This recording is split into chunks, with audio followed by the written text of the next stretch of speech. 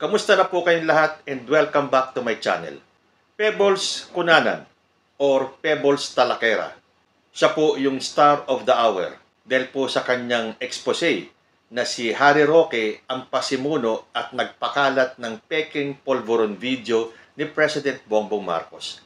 Isang dating DDS na ngayon ay pro-BBM na, or sa kwento niya, siya ay unang naging pro-Duterte, tapos naging anti-Duterte, naging pro-BBM, naging anti-BBM, naging pro-Duterte ulit, at naging anti-Duterte na naman at ngayon ay pro-BBM. Kailan naman kaya ulit siya magiging anti-BBM? Gusto ko pong i-share sa inyo yung video ni Top 1 kasama si Palerista at si Yayam Dizon, tatlo sa kinikilalang BBM vloggers and supporters, at ang guest nila ay si Pebbles Talakera o si Pebbles Cunanan, kung saan kinuwento ni Pebbles kung paano siya naging pro-BBM, naging anti-BBM, naging pro-Duterte, naging anti-Duterte, at ngayon pro-BBM na naman siya. Dapat pa bang paniwalaan ang gantong taong palipat-lipat ng sinusuportahan? Dapat ba tayong maniwala sa kanyang mga expose? Ano kaya ang nagbunsod sa kanya para kumalas sa kampo ni Duterte at ngayon ay nagbabalik kay PBBM? At ngayon nga, sinasabi nila nakahanap ng katapat itong si Harry Roque sa katauhan ni Pebbles Talakera. Ngayon, ang binabato sa kanya ni Harry Roque, na papaano daw tayo maniniwala sa isang pro-Duterte, naging pro-BBM, naging pro-Duterte ulit, ngayon pro-BBM. Kung magsalita si Harry Roque, siya nga itong galit na galit kay Rodrigo Duterte dati. Kinakampanya pa niya na wag daw iboto ang isang self-confessed na murderer, isang mamamatay tao. Tapos biglang-bigla turn around, nung nanalo si Duterte, siya na ang naging spokesperson. Tapos nung 2022, naging pro-BBM siya, pero nung hindi siya nanalo, naging anti-BBM na siya. So anong pinagkaiba nila ni Pebbles? Although nakakatuwa po talaga na may mga dating DDS na bumabaliktad o bumabalik sa pagiging pro-BBM dahil siguro nakita nila na mas magandang ikaw ay nasa liwanag kesa nasa kampo ng kadiliman. So panoorin po natin ito. Excerpts lang. Kung gusto nyo panoorin yung buong episode nito, pumunta po kayo sa channel ni Top 1. Mag-subscribe na rin po kayo sa kanya, kay Top 1, kay Palerista, at kay Yayam Dizon. Let's all watch this. Siguro naman, hindi lingid sa kalaman ninyo kung sino po yung katabi ko na napakaganda dito po sa gawing kaliwa ko. Pero, syempre, kasama po natin, trio tayo ngayon eh. Yes. Si Palerista, si paring Yayam Dizon, at higit sa lahat, ang star of the afternoon, si Miss Pebbles Cunanan. Nung panahon na yon, sumuporta ka ba kay Duterte? Nung panahon na yon, patapos na si, patapos na si Noy Noy noon, may mga nagtatanong sa akin, sino yung mga gusto ko, kung sino yung gusto ko maging presidente. Doon ako nag-research. Na-research ko si Duterte yung sa Davao, na ang ganda ng Davao. Pero, kasi tanga-tanga ako sa ganyan, hindi ako techie. Kasi kahit yung sa mga kaibigan. Pareho pala tayo. Hindi ako may yung mga gadgets. Ako rin. Hindi ko na-research dun na yung ginawa niyang pagpatay sa mga taga Davao. Basically, naniwala ka lang na savior si Duterte during that time. Naniwala ako na napaganda niya yung Davao, yung ganun ganyan. Pero wala kang idea doon sa mga Wala. allegation sa kanya na extrajudicial killings ngayon. Dahil kung nabasa ko yun, hindi ko siya i-endorse. Paano mo sinuportahan si Rodrigo Duterte during that time? Nag-post muna ako. Ito pa yung maganda. Sabi kong ganun, sana tumakbo yung yung mayor ng Davao. Sabi ko kasi ang ganda ng Davao daw, tahimik daw ang Davao, ganyan. Then nag-post ako. Tapos mga ilang days, lumabas sa balita, tatakbo siya. Sabi ko, oh yes, yes, tawag dito, pinakinggan yung dasal ko na tumakbo siya. Panahon na yan, Fred na kayo ni FL, hindi ba?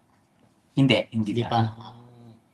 Hindi pa. Tapos, nag-vlog na ako tungkol sa siya yung gusto ko, ganyan. Hanggang sa kinontak nila ako. By the way, maituturing mo ba ang sarili mo na DDS? Duterte? Diyan kasi ako naloka. Actually, ito yung sinasabi ko lagi. Diyan ako naloka. Bakit naging DDS? Hindi ko nga alam yung ibig sabihin. Kaya nga di ba sinasabi ko kanina na hindi ko alam yung matayan na yan sa Davao eh. Kaya hindi ko alam na yung DDS is Davao Death Squad. Hindi ko alam yan. Right now, it's Dalawa yun eh. a Duterte diehard supporter. Duterte diehard supporter. Pero nauna muna dyan yung... Oo, yun Death Squad talaga yan. Pero pinasikat ni Senator De Lima. Pero nung time na nalaman mo yung mga ganyan, anong naramdaman mo na sa... Hindi ako pwede mag-turn back. Mm. Hindi pwede. Mapupulaan ako, di ba? Pagka panalo niya, pagtapos ng inauguration, di pa daw ako ng Japan. Bumalik ako, mag-election na ulit. Ngayong 2022. Pero, nung 2020, nag-announce ako na hindi ako DDS. Yung pag-announce mo na yun na hindi ka Hindi- DDS, withdrawal of support na yun sa Duterte Lahat. that time. Binatikos O nanahimik ka lang, Hindi. binatikos mo na talaga. As early as 2020, binabatikos mo na sila. Binatikos ko na siya. Meron pa ako yung kapitel sir. Umiinom ko kape. Ang init, arat, nakakapasok. Kayo, napasok na rin ba kayo? Sa kaya ako yung nagpauso ng kantang yan. Yung kinakanta ko yung A, B, C, D, E, J, K. Pagdating sa kampanya kay BBM, sumuporta ka kay BBM. Oo, kasi magkaibigan na kami. Magkakilala na kami BBM that time. Nagdi-dinner na kami sa Japan. Prior to that, Madam Pebbles, di ba, winidraw mo support mo kay Duterte? Kay Sara, during that time. Hindi ko naman siya tinuportahan. Hindi mo siya Hindi mo sinuporta. talaga sinusuporta sa... Pero balik tayo doon. Pagdating na ng PBBM supporter, PBBM Sara tandem, uniteam, sinuportahan mo na silang dalawa. Oo, pero yung sabi mong ang blog ko at post ko sa Facebook is Kasama si Sara. kasama lagi si Sarah, no. No. Pati sa Facebook, sinisingit ko siya. Ah. Pero pure ano ako. Ah. Kasi nga, hindi ko Question dyan. Paano ka naging PBBM vlogger? kinausap nila ako. Sino kumausap sa'yo? Si Lefel. May personal ka Please, talaga. oo. At saka ito yung ano, yung... So, naging friend mo talaga. Oo, kasi ang nagpakilala sa akin dyan si TP. Si TP. O sabi niya Marcos baby yan. Mm. Which is totoo naman, scholar ako ni Marcos dati. Okay. Kaya talagang loyalist dating ako. Pangulo. Mm. Siya nagpaaral sa akin. Pero, choir member niya ako. Sorry ha, boys choir member. Well, nakaharap na rin ka na rin namin. Tatanong ko na rin ng personal sa iyo tungkol sa sinasabi ni Maharlika dati na ikaw daw yung bumibili ng asin. Kasi natandaan ko yun, binablog niya na yun eh. Ikaw rin bumibili ng asin para kay FL. Hindi yun. At yun daw yung galing kay Senator Aimee. Ano bang katotohanan doon? Kasi ako, hindi naman ako naniniwala rin talaga ron. Ang kwento dyan is, may sinend si Daryl Yap na screenshot ng usapan namin kay Aimee. Tapos si Aimee, sinend niya kay FL. Tapos si FL, sinend sa akin na nagagalit si FL. What's this? Sabi niya. Ano to? Ang laman ng nung message is, nag-aaway kasi kami ni Pipi that time. Tapos sa message niya, Away, tampuhan lang. tampuhan. Sabi, ang message ni Daryl is, ha ha ha ha. Hindi ko kaya yung away niyo. Tapos sabi ko, Nino, ni TP, ay naku, direct, may pasabog ako. Ganun. Ang magpapabagsak yan kay BBM, si FL, saka si TP. Ganyan. Sinend niya kay Aimee. Screenshot. Yung screenshot. Ang nakakaloka pa, pinaikot pa nila yung ulo ko. Pero bakit mo nasabi yun? Yun yung Vic Rodriguez. Yung kasi nga sabi ko, wag mo Yan na yung punto na from PBBM supporter, bumaklas ka. yung, Kaya sa kaalaman ng mga manonood natin, nagkaroon kami ng kaunting palitan ng sagutan ni... yes, sinamo niya ako ng diba? Hindi na naman ko kahit ko eh. To the extent pa tinatawagan ko yung number. Hindi ko naman pinapansin yung iba. Pero at least magkasundo na kami ngayon. Ang ganda ni Madam. Sumuporta ka sa Uniteam. Pero basically, si Pangulong Bongbong Marcos talaga sinusuporta. Significant talaga yung support mo kay Pangulo. Sobra. Ngayon, ano yung nag-trigger sa'yo? Bakit from parang Die-hard BBM supporter to tapos anti-BBM. biglang maging critics ka niya? Sinabi ko naman yan, Oo. nakakita ko ng mali, kapatikusin. Kasi merong basher. Sino daw dapat paniwalaan? Sabi dito ng basher, ate ka daw. Pasensya ka na sa term na ginamit, Umay na ako dyan. Unang-una, kung mas makinis ka sa akin, saka ka magsalita. Inis talaga to. Pero kapag dugyot mo putis, shut up. Sorry. Naging kritiko ka ngayon ng ating Pangulo. Alam mo, Diba? kailan to? Naging kritiko ka na. Pagkaupo. Mhm. Pagkaupo. Tapos pati yung kaibigan mo, si First Lady, binanatan mo, kaya nga tayo nagkaroon ng argumento, di ba? Siya muna yung nagsalita sa akin, yung hindi ko linalabas. Oh! Na ang may hawak ng voice record is si Maharlika. Sino yung siya nagsalita? Si El. Si First Lady. Sa'yo, So, tumutok ako sa'yo. Kasi magkaibigan kayo eh. So, nakasave yung usapan. Yes. Tapos inilabas ni... Hindi ako pumapayag. Binigay ko lang yun para baka may mangyari sa akin or what. Pero nilabas pa rin ni Maharlika. Hindi naman. Hindi niya pwedeng ilabas. Stay. Kailangan magpaalam siya sa akin. Ako curious tuloy kami. Ano yun? Anong masasabi mo ngayon na ikaw ang paborito ni Maharlika ngayong i-content? Wala akong pakialam. Pero hindi mo talaga siya ginagaya. Gaya sinasabi ng mga followers. Gaya. Hindi ako nag-fake. Yung pagbanat-banat. Kasi siguro nga, hindi ka na Mas nalagay ako sa kanya dati. Oo. Siguro nga, hindi ka napapanood ng mga Kung followers. kilala ako ng mga dati pa, ng mga followers ko, iba akong tumalak, mas malala. So, ano naman masasabi mo na kaya ka raw bumaliktad dahil sa online selling ka lang daw nabubuhay? Ayan, pagbalik mo na. Oo. Pagbalik mo na. Kasi 360 ka daw, sabi ni Harry Roque. Hindi ba 180 lang dapat? Hindi. May punto naman siya kasi from PBBM supporter, nag-180 ka. Tapos from 180, another 180, kaya 360 yan. Ibig sabihin, bumalik ka. Yun yun. Hindi naman ako bumaliktad. Paano yung in a sense na hindi ka bumaliktad, kinriticize mo si Pangulong Bongbong Marcos? Ang ibig sabihin, kapag bumaliktad ako, napunta pa ako uli kay Duterte. Hindi siya ka bumalik pala. bumaliktad. Yun yun. Diba? Hindi, Kasi kasama mo yung pumiligilas ako eh. kasama mo yung mga vlogger ng Duterte. Sumama sila sa akin. Hindi naman ako sumama sa kanila. Ganon. Sila nag-invite sa akin. Pero madami tanong ako sa'yo. Alam naman natin na yung mga pro-Duterte vloggers ay talagang very popular at magagaling sila mag-vlog. Magagaling talaga. At magaling din mag-fake news. No? Now, bilang isang BBM supporter and vlogger, wala bang pagsisisi sa'yo? Considering na parang single-handedly, parang kinakalaban mo tong mga sikat na vloggers na to. Sikat? Hindi ba, hindi, I mean, in terms of Siguro following, or following. in terms of following, marami silang followers, marami silang napapaniwalang mga DDS. So, hindi ka ba nagsisisi or walang ganun? Wala. Wala akong ginawang bagay na pinagsisihan ko. Even yung paggamit ng drugs. Hindi ko pinagsisihan. Kasi para sa akin, hindi lahat ng gumamit masamang tao. Yun yung sinasabi ko sa kanila. Hindi kasi yun yung binabanat sa'yo eh. Siyempre, di ba, lagi nilang pinagmamalaki na malinis daw sila. Pero yung mismong sinusuportahan nila, nung hinamon ni Antonio Trillanes, hindi naman nagpa-drug test.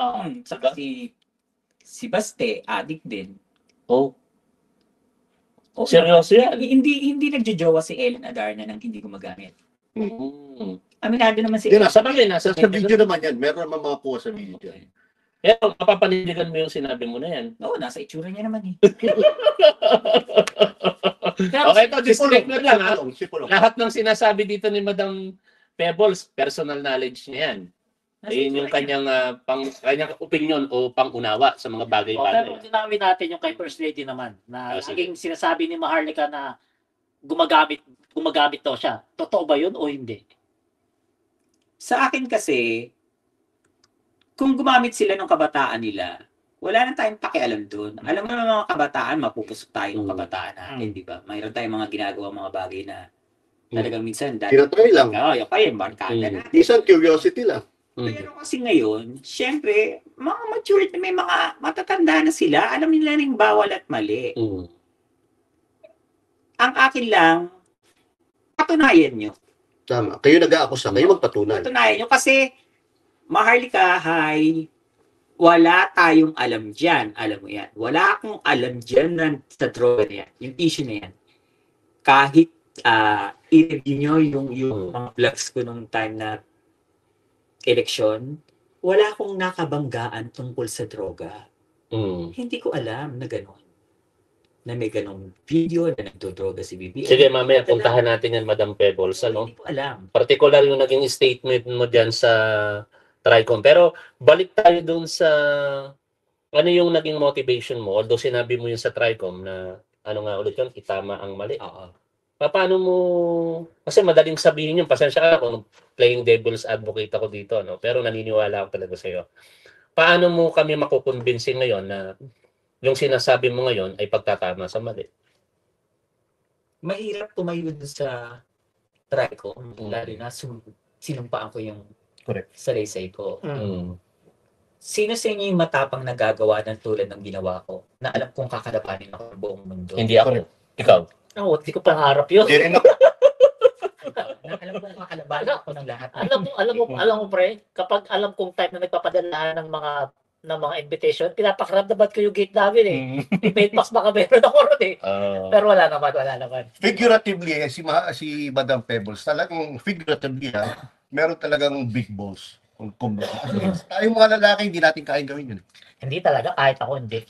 Ano ba yung mali na nakita mo? Kung bakit yung Kasi, ang topic ng TRICOM is fake news. Mhm. Di sabi ko, para nga sa akin is, pag hindi ka lumabas ng TRICOM, hindi ka in. Diba, ang sarap lumabas. Sabi ko, may itatama nga ako. Wait lang. So, yung April 8 na schedule, nalaman ko na mayroon silang April 8. May i-correct ako. Naghanap ako ng contact na pwede kong kausapin sa TRICOM. Sabi ko, meron akong i-confess or meron akong ilalabas na statement na fake news.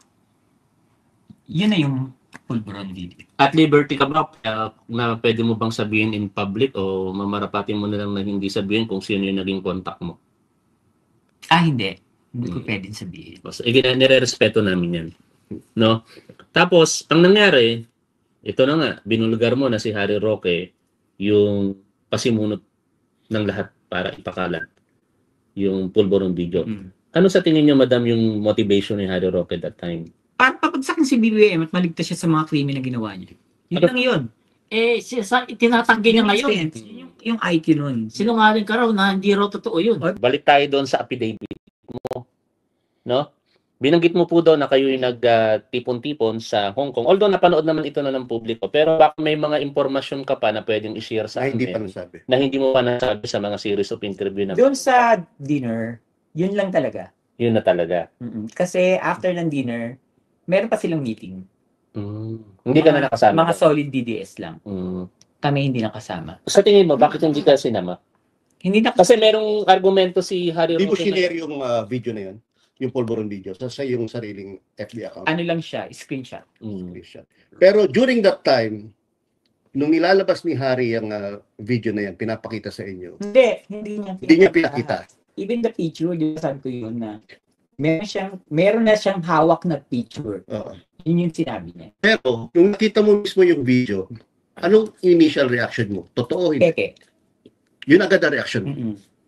Bilis. Ang bilis, di ba? Kilala ko si kilala ko kung loyalista si Maharlika. Sasabihin niya peke kung kilala mo talaga si BBM. Correct. Dahil nakita mo ang pagtanda ni BBM. ang arguments ni Harry Roque, yung ginagawa daw sa kanya ngayon, bahagi nga daw yan, script daw yan para pabagsakin siya politically, i-persecute siya. Huwag Anong niyang masasabi baliktarin. Huwag niyang baliktarin. Siya yung may gustong pabagsakin. Si BBM gusto niyang pabagsakin kasi malaking kasalanan niya. Malaking kasalanan niya na akala niya yung fake Sa mga kasalanan na yan ni Harry Roque, although may panahon para dyan kung saan mo sasabihin, pero categorically masasabi mo na may personal knowledge po kayo doon po sa mga sinasabi nyo na yun ng mga kasalanan ni Harry Roque. Oo. Meron. Kung kukunin po kayong witness ng gobyerno, willing po kayong tumestiko. Baka ako na yung husa ulit. Sinta. Pero madam, sabi mo nga si Harry Roque ang mastermind niyang pulburon video. Pero sa iyong sariling palagay, meron pa bang mas higher kay Harry? Oo naman. At posibleng nagpopondo sa kanya ng ginagawa niya? Meron. Marami sila na gustong magpabagsak kay BBM. Pinag-uusapan nila, grupo ng Duterte yan. Huwag na tayong mag-etyosan. Yung dun sa mga rally-rally sa tuwing Biyernes, si Harry Roque ba yung ron? Hindi. Ako ang nun. Oh. Ako ang tawag dito. Organized. Nun. Oo. Tapos lumapit lang sila. Sarili mong budget yung ginagastos mo ron? Yes. Ano motivation mo para buuin yung rally na yun during that time? Kasi lang naman ako nun yung mga hinaing ng tao yung sinasabi ko. Pinagkikwentuhan namin doon. Kaya kwentuhan tara na magkwentuhan sa EDSA, sa EDSA. Never ako nagsalita ng protect Sara Duterte, protect Rodrigo Duterte. Yun yung hinihintay nilang ilabas. Kaso lang sinisigaw doon, resign BBM. Hindi naman yung mga... Alam ko Diba? sinigaw doon. Kasamaan laban sa kadiliman pa yun. Diba? Ang may sign, Kadiliman sa versus liwasan. ano. Kaliwasan. Hmm. Kailan pa nagsimula yung unang EDSA? Kami. Ilang natapos na nila yung 5 days na sunod-sunod ng saliwasan eh. Mm. Tapos nagsimula kami, parang July, Na gano'n. Mm. July or August, parang ganon. Sa mga umattend sa mga rallies na yan, mga gaano karami yung pinakamarami? Ay naku! Kasi may nagmamalaki nila. Yes, Libo-libo daw. 50. Oh, libo-libo daw eh. Wala nga kaming 20, nagsimula Oh. kami 4 lang eh. So, hindi kami fake news. Oo, Pinabalita kami. Pero maganda sa palagay mo, since ikaw ang sabi mo organizer niyan, anong dahilan bakit hindi kayo tinatawag ng mga DDS? Wala talagang DDS? Wala. Wala talaga silang suporta. So, ayan Ano yung suporta nila sa lang, social media lang? Saka sa saka yung sa kay LJC. Mm. Yung sa Yun liwasan. Yun lang talaga. Yun lang. Yung sa EDSA na, ewan ko hindi ko alam kung bakit. Pero, ang katuloy kasi nila, kahit konti lang kami sa EDSA, ang dami namang nanonood sa amin, which is, nakikita naman natin, ang dami talagang views ng mga DDS vloggers. Paano natin kaya may papaliwanag yun? Totoo. Like, may trolls. Marami talaga. Hindi, paano sa ordinaryong manonood Oo, natin? Hindi naman wala na. naunawaan yun. Ano yung tamang explanation doon, madam? Wala na ba ako noon or nandun pa? Ano pa? Medyo ando ka pa. Hindi ganun karami na nun. Hindi pa ganun karami yan share. Nung hinawakan na yan nila Harry, nila Maui, doon na yun. Bakit dumami nung hinawakan nila? Trolls. Ano bang meron dun sa trolls? Ano yan di ba? Isang kumpanya na i-hire mo sila. Isang troll piso, parang gano'n. So kung ang hinire mong troll is, kunyari, ang pinadagdag mo sa friends mismo, sa followers mo is 500,000 na followers para lang masabi kang maraming followers. 500,000 babayaran mo. Kasi piso isa yun. Sino ang kapalit doon? Yung founder. Sila Harry Roque. Si Harry Roque. marami talagang pera si Harry Roque, no? Bilyon ang kinita na si Pogo. Talagang gano'n lang kinita niya. Kaya kung makapagtago siya, talagang matindi rin. Sana Si Harry Roque, ang tinuturing niyang boss, dalawa. Yung isa nakakulong na sa Netherlands. Yung isa vice-presidente natin yun. Tapos may mga rumors na sa mga Duterte, basta Duterte daw. Ito, rumors lang naman. Di ko sinasabing totoo ito, mga tol. Rumors na corrupt daw ang mga Duterte. Kung ikaw, personal na magsasabi, sino sa mga Duterte ang pinaka-corrupt? Sara. Si Sara Duterte? Ano sabi yan? Siya yung matagal nag-mayor eh. Anong kinalaman ng pagiging mayor? Ang laki ng confidential fund ng Davao. Pero hindi siya ganun kaganda. O sabihin natin safe. Pero hindi maganda ang Davao So, bakit siya nagsimula ng daan-daang milyong confidential fund, no? Dahil pa yung malalaking seat sa Metro Manila, Oo, di ba? tinalo niya pa. Tinalo niya pa. Pero ano ba yung projects na pinaka-project? Serious accusation yan, madam, ha? Oo naman. Mapaninindigan mo yan? Oo. May mga ebidensya ka. Pero huwag mo na ilabas dito. Confidential na yan eh. Correct. Yung amount sheet. Kaya nga siya ni-impeach, hindi lang ako. Yung mga Congress, mga tao, ebidensya yung confidential fund. So sila Mary Grace. Kaya ba galit ka kay Mary Grace? Piatos? Namit mo na ba yung mga yan? Ha? Namit mo na ba yung mga kasi kasama ko na dati. Ay, ikaw ba? Ikaw ba? Si Nova Villa. May mga personal ka talagang kaalaman sa pagiging corrupt di umano ni Sara Duterte. Kasi paniwala sila dun sa eksenang simple lang yung buhay namin. Ayun, speaking of simple lang ang buhay, madam. Kasi laging binabandera nitong mga Duterte, natutulog sa Colombo si Rodrigo Duterte, kakain sa hapagkainan, tapos maliit na bungalow type. Totoo bang bahay nila yun? Doon ba talaga nakatira mga Duterte? Bahay nila yung original.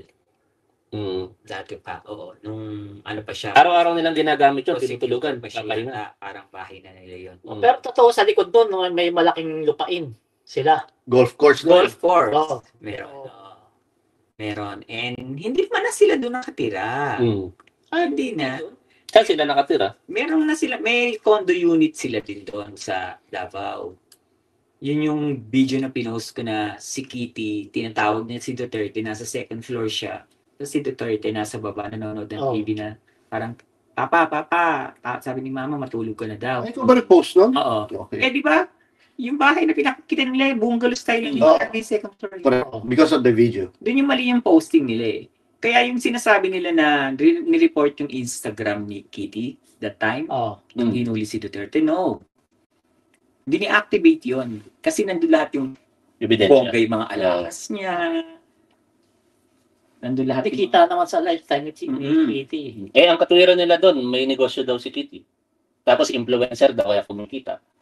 Ang daming mayamang influence, ang daming mas maraming sikat na influencer sa kanya, pero hindi katulad. Hindi kaya nun.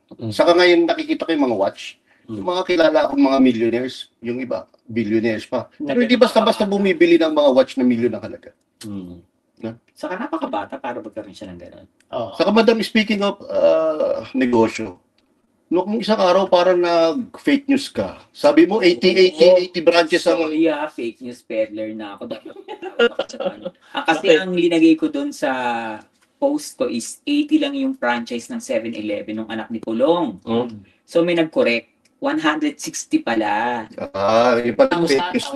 Hindi, 60 branches ng franchise. 7-Eleven. Kaya mali po ako doon, fake news po ako. Mas marami pala. Hindi 160. Yes. Ng 7-Eleven sa Mindanao. Personal mong kaalaman yan, madam? Yung... Matagal ko na tong alam. Pero hindi ko binilang. Pero, Kaya 80 lang yung unang nailagay mo. Yung pala mas marami pa. Kaya fake news to. Kaya ay, Hindi, pag malagay natin na mayroong ganung karaming franchise, pasensya na kung medyo nagiging critical ako, pero naniniwala ako kay Madam Pebbles. Ano? Ang pagpalagay na, kung lehitin mo naman yung negosyo, at kung lehitin mo naman yung pinanggalingan, yun, sa punto na yun, kung lehitin mo ang pinanggalingan, kung nga, ibig sabihin, sinasabi niya Madam Pebbles, na mukhang hindi lehitin mo yung pinanggalingan. simpleng tao lang sila, di ba? Bakit kaya mag-franchise? Oo, yun nga yung pagpapakilala. yun nga ang inisip ko. Diba? Kung Diba? sapot-sapot yung mga ano nila eh. Saka napakabata pa nung anak ni Pulong para magkaroon ng ganun. Si Kadaming. Oo. Yun lang naman. Circumstantial. Simple, no? Simpleng buhay. Ito ano, nadidinig ko na miyembro ng Triad si Pulong. Nadidinig mo lang yan. Narinig ko na member ng Triad si Parang yung akusasyon sa kanya ni dating Senador Antonio Trillanes. Oo. Yun, narinig ko na. Namit mo na ba ng personal si Congressman Pulong Duterte? Only Baste, Sara, and Digong. Speaking of Baste, kailan mo siya unang namit? Sa Dumaguete, may isog rally. Lately lang. May isog. Nung sumisigaw na ang mga kritiko ng ating Malaki na yung Pangulo. katawan niya. Oo. At hindi na siya long hair. Si Vice President Sara Duterte, kailan mo unang namit? Sa rally sa Tagaytay. Meron kang pinost, madam, tungkol kay Vice President in relation sa Office of the Vice President. Ito naman ay publicly available sa page mo, di ba? Na di umano'y, hindi pala, binanggit mo ito sa isang interview. Dito kina Sir Benji at TPM3 na nagbigay ng sobre sa'yo itong si OBP. Magkano po yun? 15K. Oh, ilang beses po nangyari Isang yan? beses lang. Isang beses lang. Bakit kayo binigyan? Para sa lang. Hindi nyo alam? Basta pinaabot. Basta pinaabot na lang. Generous talaga siya. Sabi ng iba. May ka magbigay ng Hilig mamigay. Pero pinapirma ko Pinapirma kayo. Ano yung pinirmahan nyo? Na-receive ko yung pera. Hindi, I mean, ano yung document Wala, na... ano lang, may linya-linyang ganyan. Baka- Tapos pangalan. baka tukol. Siyempre ipapakita. Baka isa na kayo doon sa binabahagi ng confidential funds. Ay, hindi pa yan ano eh. Hindi pa sila nag-aaway ni BBM dyan. Hindi pa nag-aaway. Di ibig sabihin, mga 2022 pa yan. Oo, hindi pa sila nag-aaway. Yung binabanggit ni Maharlika na pera binibigay niya sa'yo, anong context. lately Kasi, na yan, ano, nagpapasak sa Tricom, syempre, parang ang dating pa nga sa akin, ang gusto niya is dapat binanggit ko na siya yung nagbibigay ng pera sa akin at punta ako ng Hong Kong. Kasi ang tanong ni Kong Akop dyan is, sino ang nag-sponsor sa'yo nung pumunta ka ng Hong Kong? Sino yung nag-fund sa'yo? Sabi ko, friend na hindi sa politics. Ang bumili ng ticket ko sa nag-book ng hotel ko. Tapos tinanong ko kung ano yung pangalan ng hotel. Sabi ko, sorry po, hindi ko talaga maalala. Hanggang ngayon hindi ko maalala. Tapos, nagbigay sa akin si Maharlika ng $100 para sa allowance lang. Hindi siya sumagot. Pero marami yun, madam ah. Oo nga. Series of dates and amounts. Ano-ano yung mga yun? Kasi yun yung sinusumbat sa'yo eh. Kasi una dyan, kung ikaw yung napondo sa akin, bakit sa Hong Kong, bakit May June? July ako nagpunta. Ba't may October? Ano nga po yun? Birthday ko May June. Aha. Ang birthday ko June 12. June 12. Pinadala niya ako. Pa-birthday niya sa'yo? Before June 12 ba? Or parang June 10 niya ba ako pinadalan? Or June 14? Parang gano'n. Yung iba doon, If you don't mind, madam, bakit ka pinadalan dahil birthday mo? Ganon kayo kalapit ni Maharlika? matuloy si Maharlika in fairness. In fairness naman sa kanya. Ako hindi ako yung klase ng tao na tinulungan mo ako tapos yung tinulong mo sa akin, i-deny ko. Namit mo na ba siya, madam? Namit mo na siya? Kasama kami yung di ba? Nung huling gabi ng, anong tawag sa ganon? Yung huling rally. Yung huling nagawa dito sa Solier. Oo, yung ano. May tawag sa ganon. May tawag yun. Anong tawag sa ganun? Meeting the advance. Yung meeting the advance. So, Ano yun andyan pala kayo lahat nun. Oo, ano yun eh. Galit na galit siya. Kasi, doon tayo sa totoo, pwede mong i-debunk kung saan sa totoo. Galit na galit siya kasi, isa lang yung invitation, Maharlika. Isa lang invitation na binigay sa kanya. Isa lang binigay sa kanya. May invitation yun. Ilan ba dapat? Hindi kasi meron nga naman siyang videographer. May kasama. Dapat So, hindi kasama. nakasama.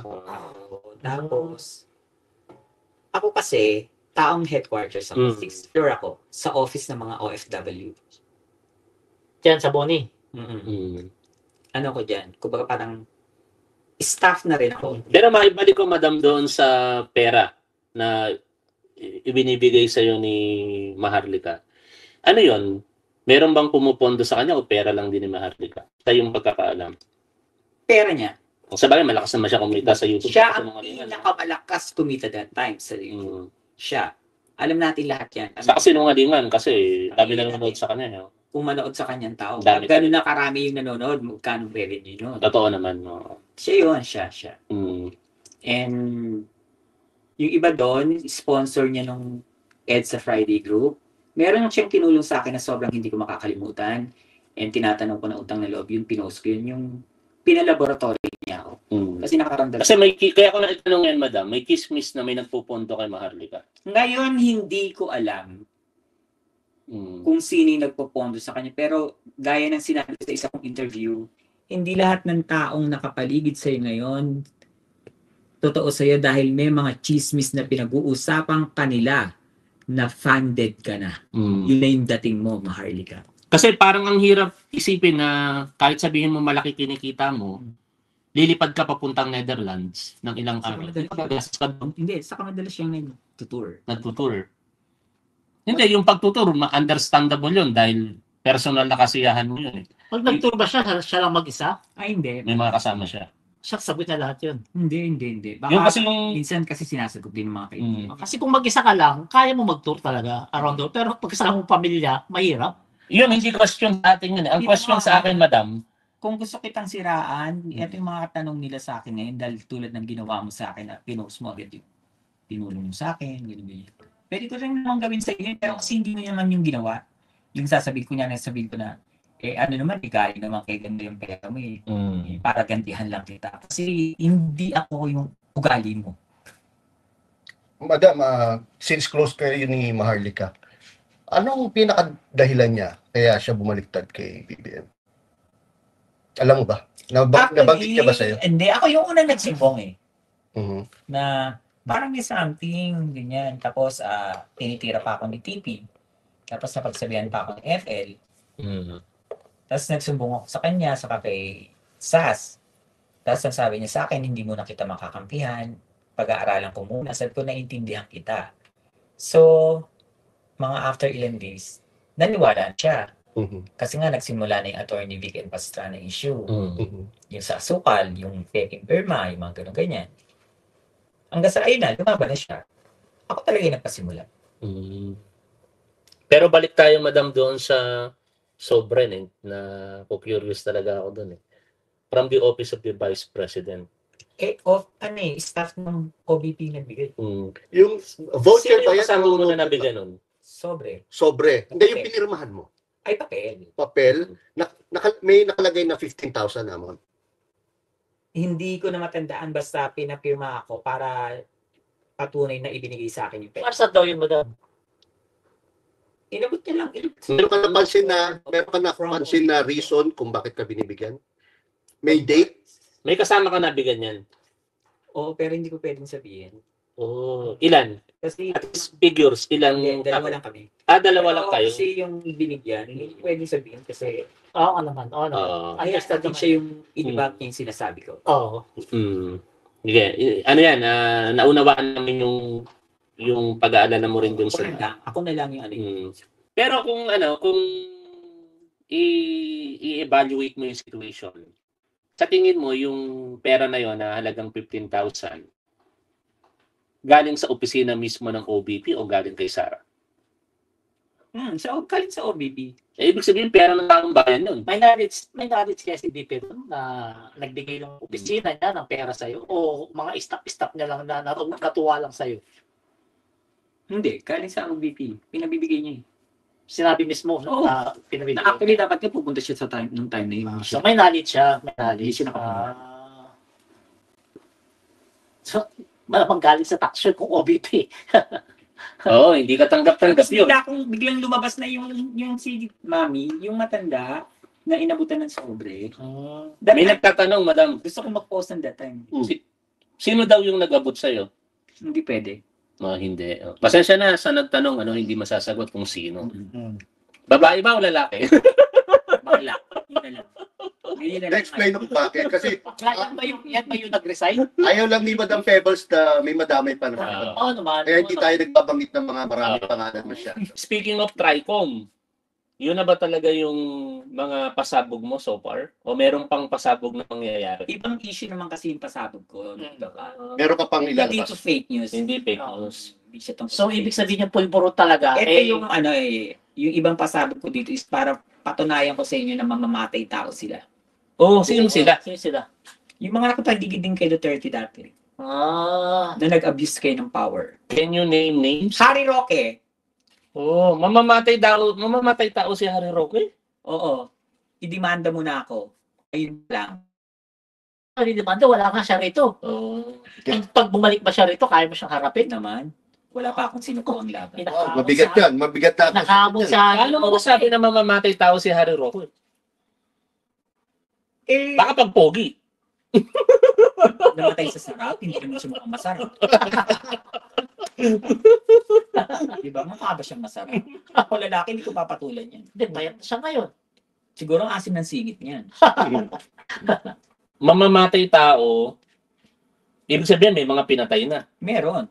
May anim na nawawalang Siya ba mismo o Siya yung impulse? pinapangalanan. Anim na nawawala. Ito yung tukol sa Bataan pa rin. Oo, yung sa Mibeles. So out of 77 farmers, may 6 na nawawala. Oo, hindi na nakita. Hindi na nakita. Yung lawyer nilang una, pinatay sa Porac. Porac, Pampanga. So bukod pa sa 6 yun. Paano pinatay? Binaril? Binaril. Pati yung driver. Riding in tandem. So dalawang pinatay dahil doon. Wow. Nasa news yan, ma-research nyo.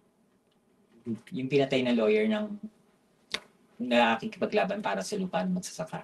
Pinatay doon. Sa personal mong kaalaman, si Harry Roque ang nag-utos? Sino ba yung nag-grab ng land? Land grabber si Harry Roque? Nagtatanong ako Land grabber siya? Ano sinasabi ng mga tao doon na land grabber siya, wag mong kunin yung lupa natin. Alam ko yan na nakatuwa niya sa ombudsman, di ba? At hindi inano ng ombudsman. Actually, pending pa ngayon. Ay, pending kasi kaibigan niya yung nakaupo. Yes. Si Ombudsman Martires. Oh. Kaibigan. Baka dahil kaya hindi na-actionan, dahil hindi naman public official na si Harry Roque. Kasi di ba, ang jurisdiction ng Ombudsman para sa mga public officials. Hindi kaya nagkamali. Lahat yan lilinawin natin. Sige, sige. Abangan namin yan. Lilinawin natin lahat yan. Kasi hindi kita titigilan. Abangan natin yung iba pang pangalan. Parang personal na advokasya na sa'yo na ilantad ang mga... Doon sa kwento kasi ng mga magsasaka. So ano nang ginagawa ng mga magsasaka ngayon? Wala na silang lupa. Oo. Yung iba umalis dahil natakot. May kasamang pananakot ang ginagawa sa kanila. Oo, kasi patayin ba naman yung Hanim, no? laban naman mawala yung parang bula yung... Bakit kailangan mag-land grab di umano ni Harry Roque? Para saan? Yung pogo na tinayo niya sa sa tawag dito, Bataan. Ano yun pwede mo naman bilhin yung lupa para tulong mo na sa mga magsasaka kung binibenta naman. Tinayo, ibig sabihin nag-operate yun. Yun nga hindi, yun yung i-check ko.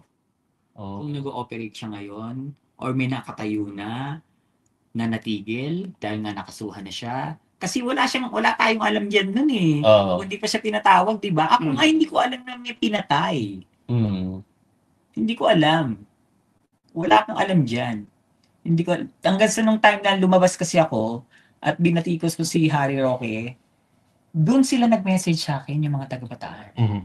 Naman parang sa iyo po kami makakakuha ng pag-asa. Sa matagal na namin pinaglalaban. Pinakwento ko sa kanila kung ano yung nangyari. Na-inform mo na ba ang Malacanang tungkol dyan? Actually, ang na-inform ko si JP. JP is... Ano rin si JP. Pero babalik ako. Sa akin kung alam mong tama ka, huwag ka matakot. Madam, babalik ako dun sa sitwasyon. Kasi lahat yan akusasyon Ang sinasabi naman ni Harry Roque, yan ay bahagi lamang ng political persecution sa kanya at Yung ginagamit ka daw. Ginagamit ka daw. Lahat ng sinasabi mo ngayon, ginagamit ka daw ng kung sino man para pabagsakin siya. Hindi. Hindi totoo yan. Totoong may kasalanan ka, bakla. Huwag kang umarte. So, madami sa TRICOM, walang coaching dyan, walang nag-egg sa'yo na mag-appear dyan, walang script. walang script. Hari, ikaw na yung nagsabi. Nung naging speaker ako sa Maisog, pinalakpakan mo ko at hinangaan mo ko. Kaya alam mo kung paano ako magsalita. Pwede mo bang ulitin sa amin, madam, yung kung mamarapatin mo, yung bakit ka pinalakpakan ni Harry Roque ng mga panahon lang? Bumilip siya sa akin ng kung paano ako magsalita. Kasi yung karanasan ko sa buhay, yung pagtitake ko ng drugs, na i-connect ko sa politika. Kung paano maging isang leader. Tumayo sila lahat. Standing ovation, palakpakan. Sabi niya, Yan sa Hong Kong. sabi niya, hindi ka naman daw niya talaga kilala at may mga nagsasabi pa nga na wag daw magtiwala sa'yo. Yan yung isang gusto kong questionin pala na ang tagal ko nang gustong questionin dahil sobrang daming interviews at marami akong iisip at ipopost. Buti na ito. Yung ganun daw yung kinakalabit na siya, tapos andyan na si Pebbles. Huwag kang magsalita yan si Pebbles. Kinakalabit daw siya. Paano mangyayari yun? Hindi nga raw nila kilala yung nakapula. Yung katabi niya yung nakapula dun. O sino yung nakalabit sa'yo nakatabi mo? Yun ang malaking katanungan din sa atin. Sino yung nakapula? Di ba? Sinasabi mo na may kumakalabit na sa'yo, ang katabi mo yung nakapula Sino yung nakapula? Hindi ko nga kilala Hindi rin yung kilala nakapula. Sino ngayon na magsasabi na nandiyan na si Pebbles? Baka yun yung nagbayad ng dinner. Hindi. Napatawa lang ako. Si Brian. Sa gilid si Brian. Oo. Katabi niya yung nakapula. May nagsabi sinabi naman na yung yun. nakapula. Dinatan mo na yun, Madam Hindi, Pepos. yun ang kasinungalingan. Dinatnan ko na. Sa totoo lang, pwede ko nga kayong questionin Pero nyo, kumakain kayo, nakikipag-usap kayo sa taong hindi nyo pala kilala. Katabi niya pa. For 1 hour, na late ako. Pwede ba yun? Di ba dapat i-introduce sa isa't isa yan? Ay, si Atito si ano, ganyan. Saka yung pinag-uusapan doon, di naman basta-basta lang. Diba? Doon ako natawa, sabi ko, ang gago nung ano mo, script dun sa yung kinalabit ka. Hindi ko papasa sa akin doon. So ngayon ba, madam, nag-message pa kayo personal? Hindi. Hindi na. May personal kayong komunikasyon ni Harry Roque before? Meron. May alam niyo number niya? Yes. Pwede mo bang ibigay sa amin? Diba? Hindi, pakita ko lang sa'yo na meron. Para hindi lumabas na Tama. Okay na lang po. Patunayan. Ay, resibo tayo. Ali Roque, malalaman ko na number mo. Apply ka ba? Isang bagong executive assistant niya? Hindi ako qualified eh. Parang bata gusto nun eh. Sa tindig na tapon, pwede, di ba? Oh. Ayun na. Klaro. Meron Tingnan mo, mga, dapat tingnan. may code Ano nga. ba sabi ko? Mag-iingat ikaw lagi, sana okay ka at mas mabuti, nasa mabuti kang kalagayan. Bait ko pa, di ba? Tingnan ko lang pa, tingnan ko pa. Kailan yung huling time na yan? September 16, 2024. Mm. After that, wala na. nag-show na siya. Tama. Baka hindi na rin active yan. Baka hindi na rin siguro active. Anyways, mga tol. Madam, kung ikaw tatanungin, bakit siya nagtatago? Kasi may ginawa siyang kasalanan. Bakit yung magtatago kung wala kang ginawang kasalanan? Unang-una, lawyer ka, kaya mong ipagtanggol yung sarili mo. Actually, mga tol, maraming mga revelasyon na sinabi sa amin si Madam Pebbles off the record eh. Hindi lang namin pwedeng mabanggit ngayon dito. Yun yung aabangan natin sa mga susunod na kabanata. No, kaya sa ngayon, nagpapasalamat kami. Ako personally nagpapasalamat sa iyo, Madam. Kay Madam. Pwede ko bang banggitin ang pangalan mo? Sure. Oh, kay Madam Ellie kasi ba yung boss? siya yung dahilan para Parang makasalamuhan boses namin. ng ninyo ka dun ha.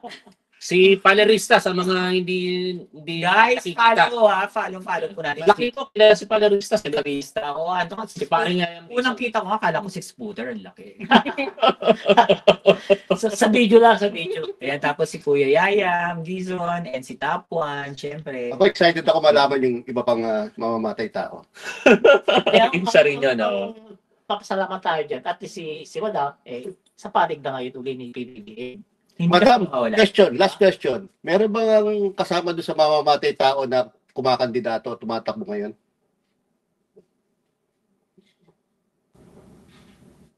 Hindi si Tumakbo ngayon kumakandidato ngayon sa 2025 midterm election. na senador, 2.